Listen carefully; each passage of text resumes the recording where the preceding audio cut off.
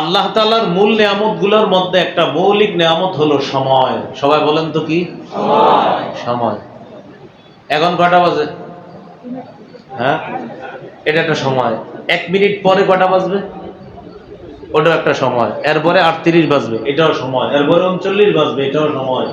এই যে আমি কথা বলতেছি, এটা সময়। ভাই, আপনারা সবাই কেমন আছেন?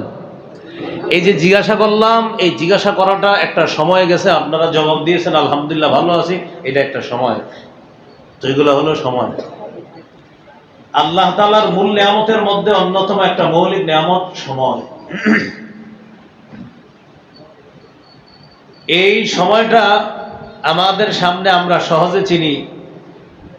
একটাকে বলা হয় দিন, আর একটাকে বলা হয় রাত। রাত দিন মিলে মোট হয় 24 ঘন্টা। রাত দিন মিলে হয় মোট কয় ঘন্টা? 24 ঘন্টা।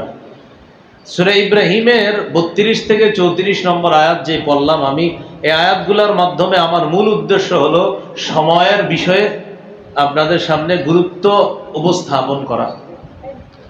আল্লাহ বলেন, আল্লাহুল্লাযী খালাকাস সামাওয়াতি ওয়াল আরদ, আসমান সমূহ জমিন সৃষ্টি করেছেন আল্লাহ।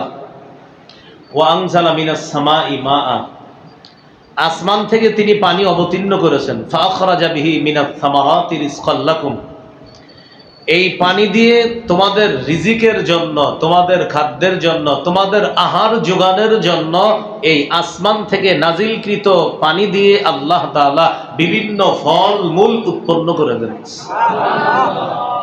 এটা আল্লাহর নিয়ামত না? ওয়াসাখখারা লাকুমুল ফুলকা, নৌযানকে তোমাদের অধীন করে দিয়েছেন। নৌযান, বড় বড় জাহাজ, লঞ্চ, স্টিমার, ট্রলার। লিতাজরিয়া ফিল বাহরি বিআমরি, যেন আল্লাহর আদেশে এগুলা সমুদ্রে চলতে পারে। ওয়াসাখখারা লাকুমুল আনহার, নদীগুলোকে আল্লাহ তোমাদের বশীভূত করে দিয়েছেন, তোমাদের অনুগামী করে দিয়েছেন। নদীর মধ্যে মানুষ মাছ ধরে, জেলেরা মাছ ধরে, এগুলা তোমাদের অধীন করেছেন আল্লাহ।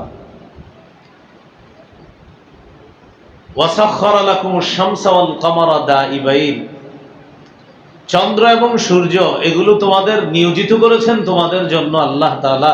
আরো সুন্দর অনুবাদ, আল্লাহ তোমাদের সেবায় নিয়োজিত করেছেন। বলেন তো আমাদের কিসে? সেবায়। সেবায়, হ্যাঁ। দাইবাইন, অবিরাম চলছে, আপন গতিতে ছুটে চলছে। চন্দ্র সূর্য তাদের আপন কক্ষপথে, আল্লাহ হুকুম যতদিন চলবে চলতেই থাকবে। কেন? তোমাদের সেবায়। ওয়াসাখখারা লাকুমুল লাইলা ওয়ান নাহার, আল্লাহ বলেন রাত এবং দিন এটাও তোমাদের সেবায় নিয়োজিত করেছেন। রাতে বিশ্রাম নিবা, শরীর ঠিক থাকবে, আর দিনের বেলা কামাই করবা। তাই দুইটাই তোমাদের সেবায় আল্লাহ নিয়োজিত করে দিয়েছেন। রাত শরীর ঠিক রাখার জন্য রাত দিয়েছেন, সেই সুস্থ শরীর নিয়ে দিনের বেলা কামাই করবা। অতএব রাতও তোমাদের জন্য আল্লাহ নিয়োজিত করে দিলেন যেন তোমরা সুস্থ থাকো, আর দিনের বেলাও তোমাদের সেবায় নিয়োজিত করেছেন যেন তোমরা হালাল রিজিক উপার্জন করতে পারো। এই জন্য আল্লাহ তাআলা বলেন, ওয়াজআলনাল লাইলা লিবাসা, আমি রাতকে করেছি পোশাক। ওয়াজআলনা নাওমাকুম সুবাতা, তোমাদের ঘুমকে করেছি তোমাদের জন্য আরামদায়ক। সুবাতানের তাফসীর করেছেন মুফাসসিরিনে কেরাম, রাহাতান লিল আবদান, শরীরের প্রশান্তির জন্য তোমাদের ঘুম আমি আল্লাহ দিয়েছি। আরো আশ্চর্য হবেন, আল্লাহ কোরআনে বলেন, ওয়া মিন আয়াতিহি মানামুকুম বিল-লাইল, আল্লাহ নিদর্শনাবলীর মধ্যে এটা অন্যতম নিদর্শন। ইন্না লিল্লাহি, রাতের বেলা ঘুমাও, আল্লাহ বলেন রাতে তোমাদের এই ঘুম এটা আমি আল্লাহর নিদর্শন। সুবহানাল্লাহ, বুঝে শুনে বললেন রাতের ঘুম কি? কার নিদর্শন? এখন যারা কাজ ছাড়াও 3টায় রাতে ঘুমান, মনে করেন কাজকর্ম নাই, আপনারা কি সবাই এখানে বক্তা? তো আপনারা তো আলোচনা করেন না, ওয়াজ করেন না যে রাতে 3টা 4টায় বাসায় যাবেন। কোনো কাজ নাই, এরপরে আপনার রাত 3টা 4টা পর্যন্ত যে আপনি জেগে আছেন, আল্লাহ বলতেছেন তোমাদের রাতের ঘুম এটা আমি আল্লাহর নিদর্শন। তাহলে রাতে, ইদানিং রাতে মানুষ ঘুমায় না, রাতের ঘুম এটা মানুষ বুঝতে চায় না, এটা আল্লাহর পক্ষ থেকে নিদর্শন। আল্লাহ বলেন এটা নিদর্শন। এই জন্য আল্লাহ রাত দিয়েছেন ঘুমের জন্য, কিছু অংশ ঘুমাবেন, এরপরে শেষ রাতে তাহাজ্জুদ পড়বেন। আল্লাহ তাআলা রাত দিয়েছেন ঘুমের জন্য, শেষ রাতে তাহাজ্জুদ পড়া। হাদিস দ্বারা বোঝা যায় এশার নামাজের পর রাসূলুল্লাহ সাল্লাল্লাহু আলাইহি সাল্লাম বেশি কথা বলতেন না, সর্বোচ্চ তার স্ত্রীর সাথে একটু কথা বলতেন, কথা বলে আল্লাহ রসুল সাল্লাহ সাল্লাম ঘুমিয়ে যেতেন। রসুল সাল্লাহ আলি সাল্লাম রাতের খাবার খাইতেন এশার আগে।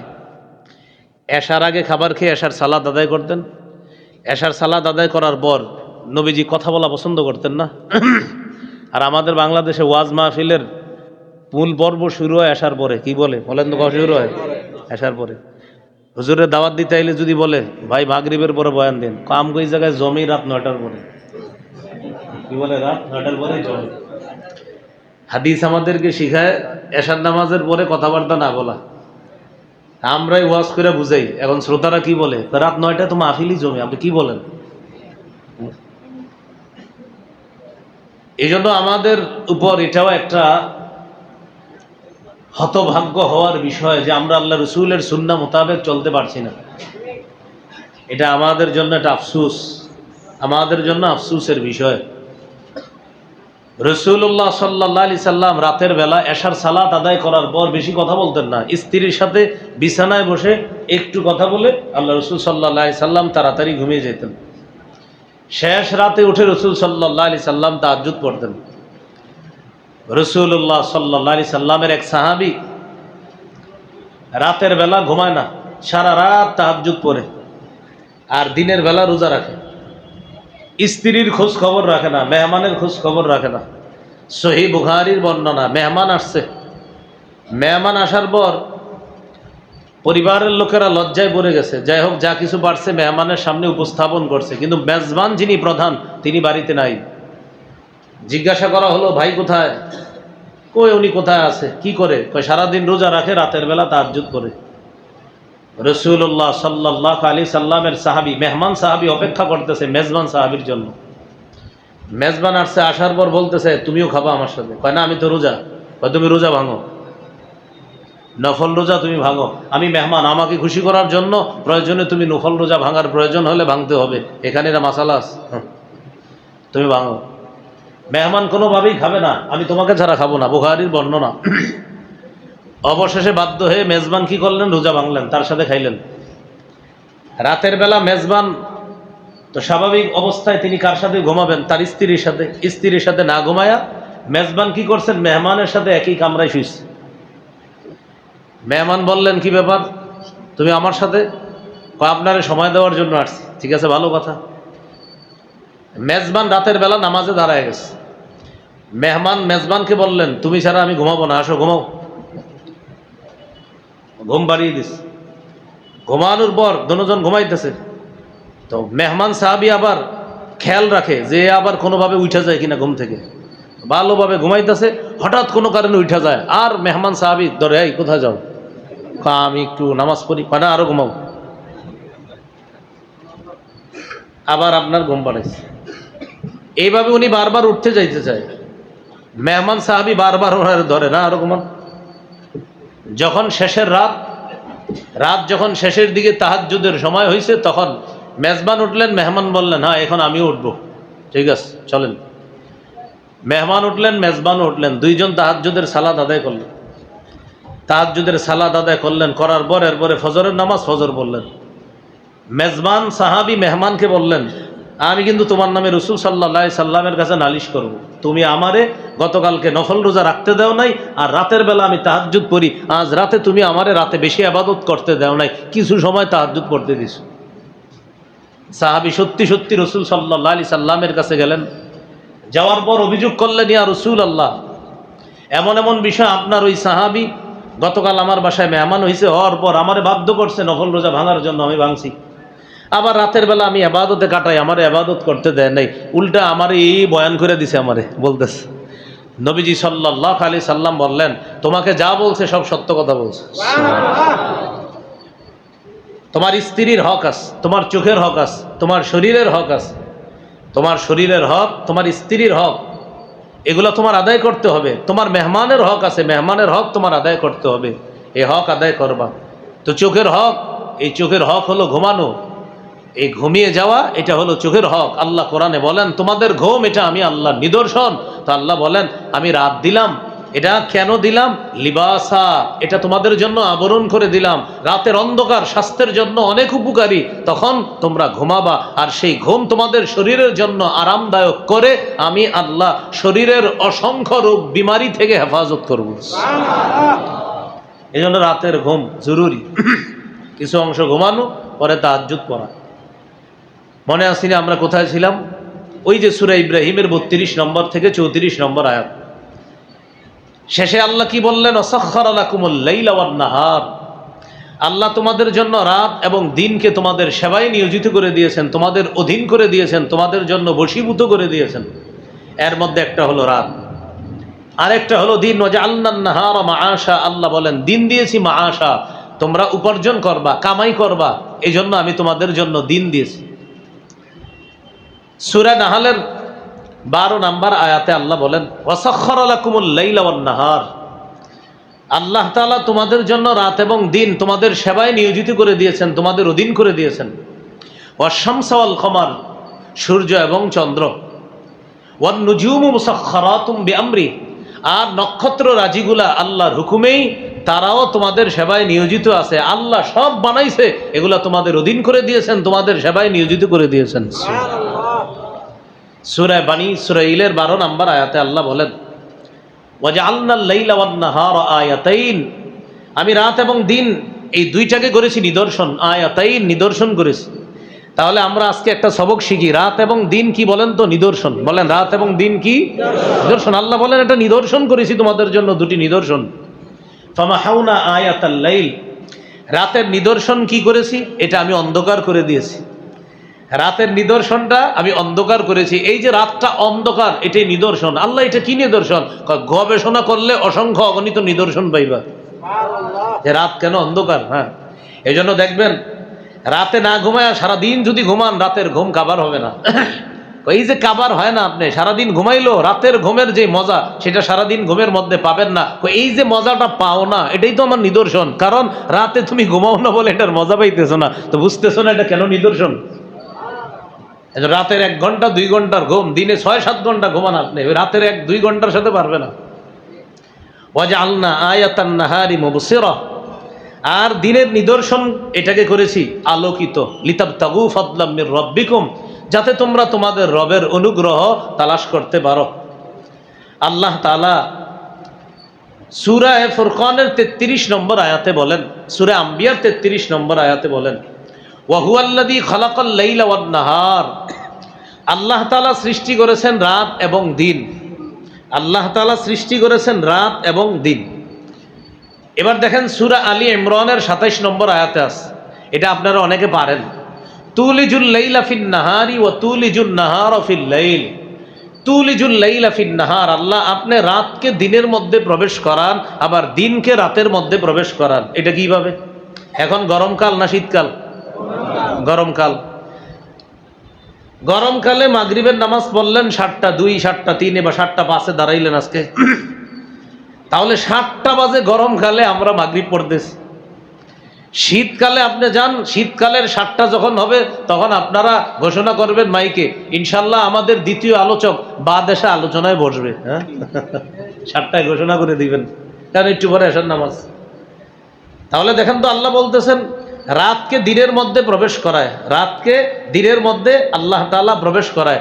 শীতকালের রাত যখন নাকি 6টায় ছিল শীতকাল রাত, আজকে 6টায় ছিল দিন। এই দেখেন আল্লাহ বলতেছে রাতকে দিনের মধ্যে প্রবেশ করাই। আল্লাহ কিভাবে কয় বুঝো না?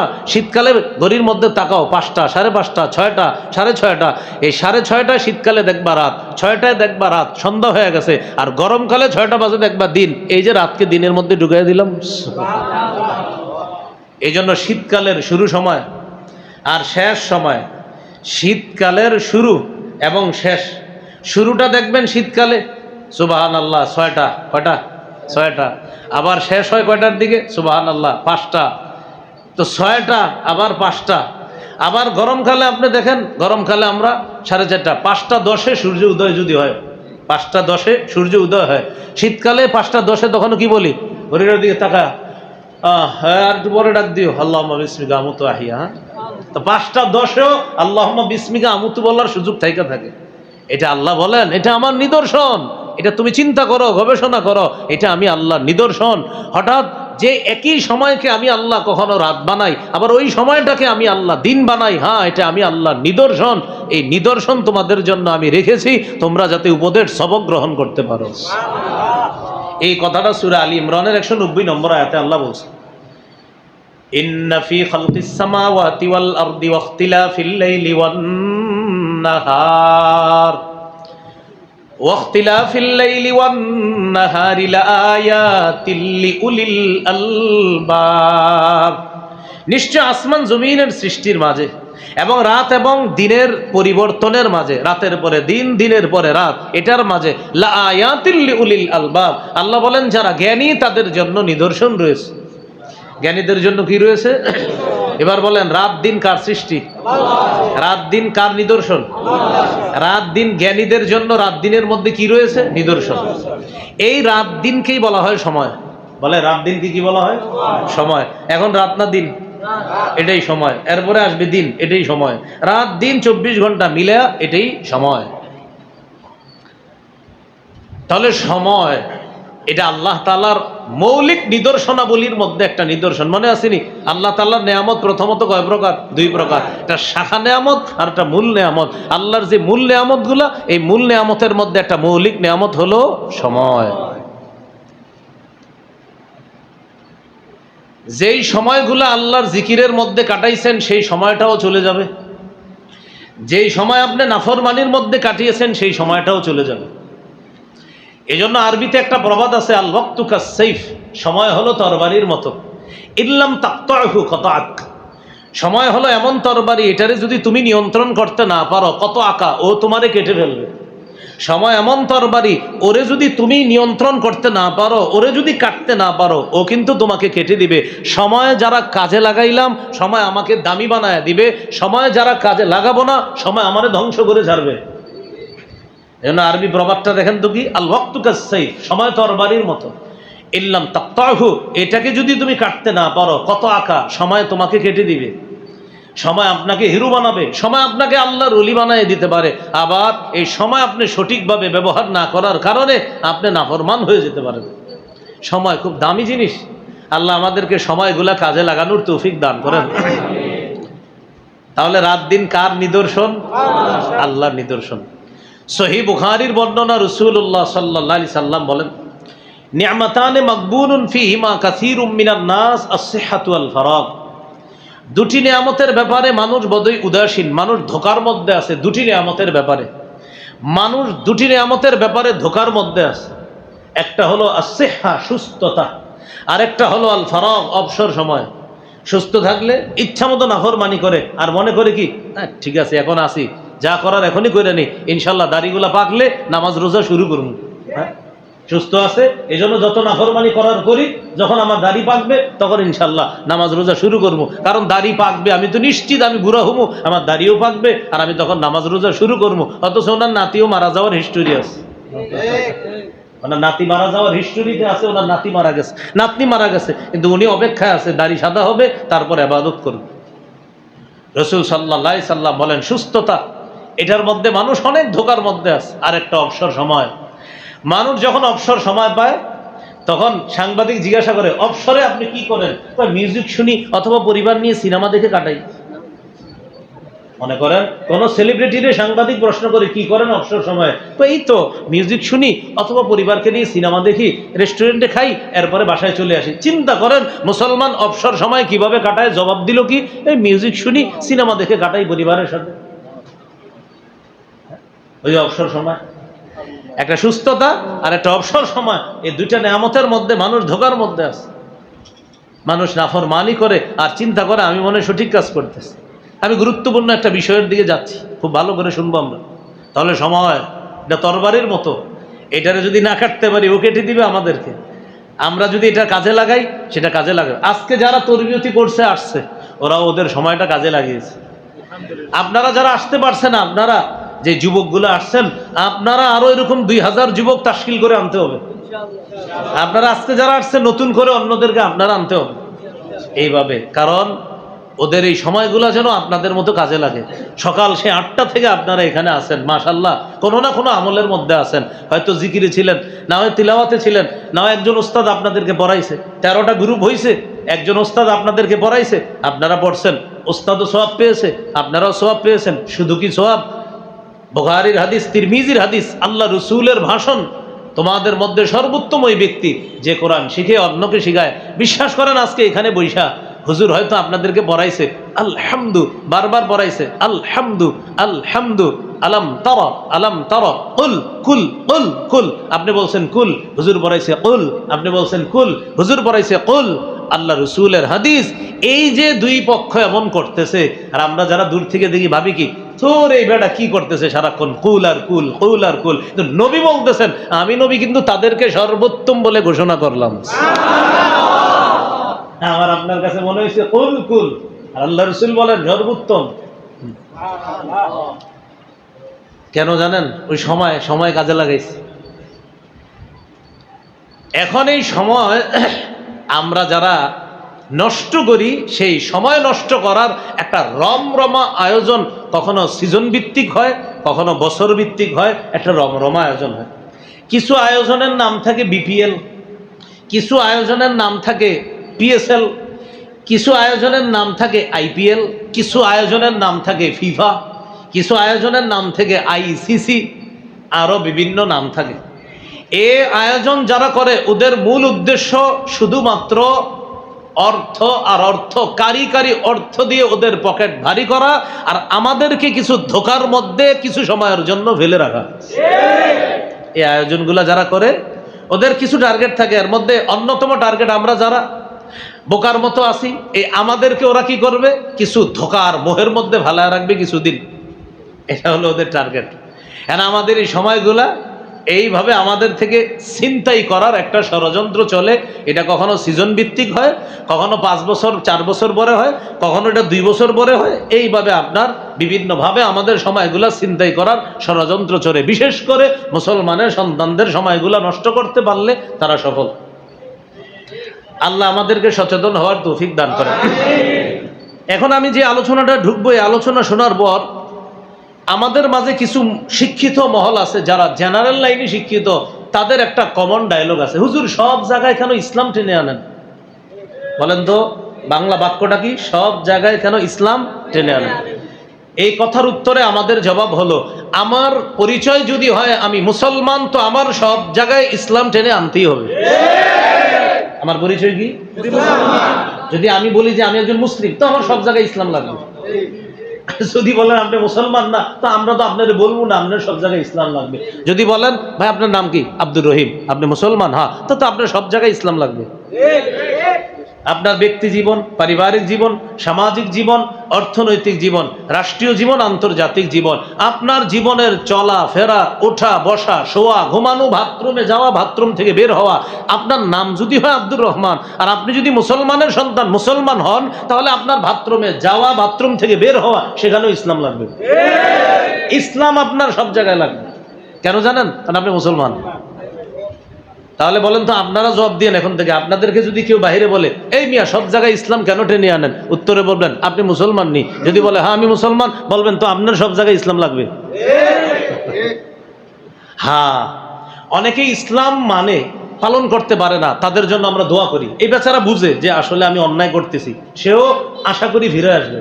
আর কিছু মানুষ আছে সে এটা স্বীকারই করতে চায় না, অর্থাৎ আমি মুসলমান হিসাবে আমার সর্ব জায়গায় ইসলাম লাগবে, অনেকে এটা স্বীকার করতে চায় না। যারা স্বীকার করে না তাদের ব্যাপারে আমাদের পেরেশানি আছে। হ্যাঁ, অনেকে স্বীকার করে যে আসলে ইসলামী মূল্যবোধে বিশ্বাসী যারা আমরা, আমাদের সর্বক্ষেত্রে ইসলামের কায়েমের চেষ্টা করা এটা আমাদের জন্য জরুরি বিষয়। আমরা আশাবাদী এই লোক খুব শীঘ্রই ফিরে আসবে। আর কিছু লোক আছে অস্বীকার করে, উল্টা কি বলে, কয় সব জায়গায় কেন ইসলাম টেনে আনেন, এরকম কথা বলে। আমাদের সোজা সাপটা জবাব, আমরা যারা মুসলমান আমাদের সর্বক্ষেত্রে ইসলাম লাগবে, তাই সব জায়গায় ইসলাম টেনে আনি আমরা। এই জবাবটা মনে করেন আমি দিচ্ছি না, আপনারা সবাই ব্যক্তিগতভাবে ইনশাল্লাহ বলতে পারবেন না? তাহলে ওই ভাইদেরকে বুঝাই দিবেন সুন্দরভাবে যে দেখেন ভাই আপনি যে কাজটা করতেছেন এটা কিন্তু হারাম কাজ, গুনাহের কাজ। যদি বলে ভাই এইখানে ইসলাম টাইনে না, বলবেন কি এখানেও ইসলাম লাগবে, হ্যাঁ হয়তো আপনি এখনো পালন করতে পারতেছেন না, তো এটা আগে স্বীকার করেন যে এটা অন্যায়। ইসলাম বলতেছে আপনি অন্যায় কাজ করতেছেন, এটা স্বীকার করেন, আমি আপনার জন্য দোয়া করবো, আপনার জন্য ফিরে আসেন।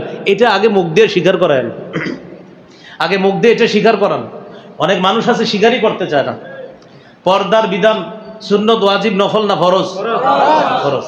মাশাআল্লাহ আমাদের অনেক মা বোনরা আছে যারা এখনো পরিপূর্ণভাবে পর্দা শুরু করে নাই, কিন্তু স্বীকার করে পর্দা ফরজ। আর অনেকে আছে আপনার পর্দা যে ফরজ এটা স্বীকারই করে না। তাহলে এই দুই শ্রেণীর মধ্যে টেনশন বেশি ওই শ্রেণীকে নিয়ে যারা স্বীকারই করে না। অসংখ্য মুসলমান আছে যারা নামাজ পড়ে 3 ওয়াক্ত, কেউ পড়ে 2 ওয়াক্ত, কেউ পড়ে আপনার 4 ওয়াক্ত, কেউ শুধু জুমার নামাজটা পড়ে, পুরা 6 দিন নামাজ পড়ে না। এই লোক জিজ্ঞাসা করেন ভাই নামাজ যে পড়েন না এটা গুনাহ হয় না? হ্যাঁ গুনাহ হয়। কাজটা ঠিক করতেছেন? না ভাই ঠিক করি না। তাহলে এটা কি আপনি কেমন কাজ করতেছেন? ভাই অনেক টেনশন করি, নামাজ যে পড়ি না, গুনাহ তো হয়, নাফরমানি হয়। এর মানে লোকটা স্বীকার করতেছে নামাজ না পড়লা যে পাপ বড়, এটা সে স্বীকার করে। আবার আরেকজনকে বলবে নামাজের কথা, সে আপনারে বলে এই মিয়া নামাজ পড়তে হবে, এটা কই আছে? আপনারা কি বলবে জানেন? যে নামাজের কথা কোরআনে আছে, কিন্তু তোমরা যেই নিয়মে নামাজ পড়ো এটা কোরআনের কোন জায়গায় লেখা আছে? আপনারা পাল্টা বলবে। কথা তো বাস্তব। আমরা যে আজকে মাগরিবের ফরজ 3 রাকাত পড়ছি, আসলে কোরআনের কোনো আয়াতে এই কথা নাই মাগরিবের ফরজ 3 রাকাত। মাগরিব ফরজ এটা আছে, কিন্তু 3 রাকাত যে ফরজ এটা কোরআনে নাই। চিন্তা করছেন আপনারা কি কয়? ফজরের নামাজ ফরজ এটা কোরআনে আছে, কিন্তু 2 রাকাত ফরজ এটা কোরআনে নেই। জোহরের নামাজ ফরজ এটা কোরআনে আছে। এশা আসর এগুলা ফরজ কোরআনে আছে, কিন্তু আসর এশা এগুলা যে 4 রাকাত ফরজ, জোহর যে 4 রাকাত ফরজ এটা কোরআনে নেই। কোরআনে আছে ফরজ, হাদিসে আছে ফজরের নামাজ 2 রাকাত ফরজ, হাদিসে আছে জোহরের নামাজ 4 রাকাত, আসরের নামাজ 4 রাকাত, মাগরিব 3 রাকাত, এশা 4 রাকাত, এগুলা হাদিসে আছে। জিবরিল আমিন কাবা চত্বরে আল্লাহ রসুলকে এই 5 ওয়াক্ত নামাজ প্র্যাকটিক্যালি পড়ায়া দেখায়া দিয়া বলছে হুজুর এটা হলো আপনার আর আপনার উম্মতের নামাজ। তাহলে দেখছেন ওই চা দোকানের সামনে বসে রয়েছে, গিয়ে বলবেন নামাজে চলেন, কি বলবে জানেন? এই মিয়া নামাজের কথা কি আমরা জানি না? আপনারা বলবে। তো আপনি বললেন জানেন তো পড়েন না, তখন বলবেন নামাজ যে এমনি পড়তে এটা কই পাইছো তোমরা? মানে হে স্বীকারই করে না নামাজ এমনি পড়তে হইব। ইমান আছে না গেছে? হ্যাঁ, এই বড় মুশকিল। আল্লাহ আমাদেরকে ফিতনা থেকে হেফাজত করেন। তাহলে বলেন তো ইসলাম যারা মুসলমান আমরা সব জায়গায় ইসলামের প্রয়োজন আছে না নাই? হ্যাঁ, অনেকে এটা পালন করতেছে না, কিন্তু আমরা আশাবাদী যে ব্যক্তি লালন করা আর ধারণ করা শিখে সে একদিন পালন করাও শিখে যাবে ইনশাআল্লাহ। আল্লাহ তৌফিক দান করেন। সময় বলেন তো কি সময়? তাহলে যেই সময়টা এখানে বসে আছেন এটা কি চলে গেছে না? এবং যতক্ষণ থাকবো চলে যাবে না? এই সময়টা যদি আপনি কোনো অশ্লীল কোনো কিছুর সামনে বসে থাকতেন সেটাও তো চলে যাইতো। আচ্ছা, তাহলে সব জায়গায় ইসলামের প্রয়োজন আছে। এখানে ইসলাম আপনারে বলবে এই তুমি ভালো কাজ করতেছো, আবার অশ্লীল কিছু দেখলে সেখানে ইসলাম আপনারে বলবে এই ভাইয়া তুমি কিন্তু নাফরমানি করতেছো, সেখানেও ইসলাম আপনারে বলে দিবে ভাই এটা নাফরমানি, এটা ঠিক না, এখান থেকে চলে যাও। তাহলে ওই সময়টা যে আপনি খারাপ কাজে আছেন ইসলাম আপনারে বলবে এটা অন্যায়, আবার এই সময় আমরা ভালো কাজে আছি ইসলাম বলবে এটা সঠিক। তো যেই বিষয়টা আমাদের কাছে প্রশ্ন করা হয় হুজুর সব জায়গায় ইসলাম কেন টেনে আনেন, তখন একটা সুন্দর বাংলা বলে শরীর চর্চা। বলেন বাংলাটা কি? শরীর চর্চা। কি শরীর চর্চা? আমরা মাঝে মাঝে খেলাধুলা করি শরীর চর্চার জন্য। আপনি যে মাঝে মাঝে শরীর চর্চার জন্য খেলেন এই ব্যাপারে আপনারা কেউ কিছু বলবে না তো, কিন্তু শরীর চর্চার নাম দিয়ে যারা আমরা খেলাধুলা করি সেখানে মৌলিক 6টা শর্ত মনে রাখতে হবে। কয়টা?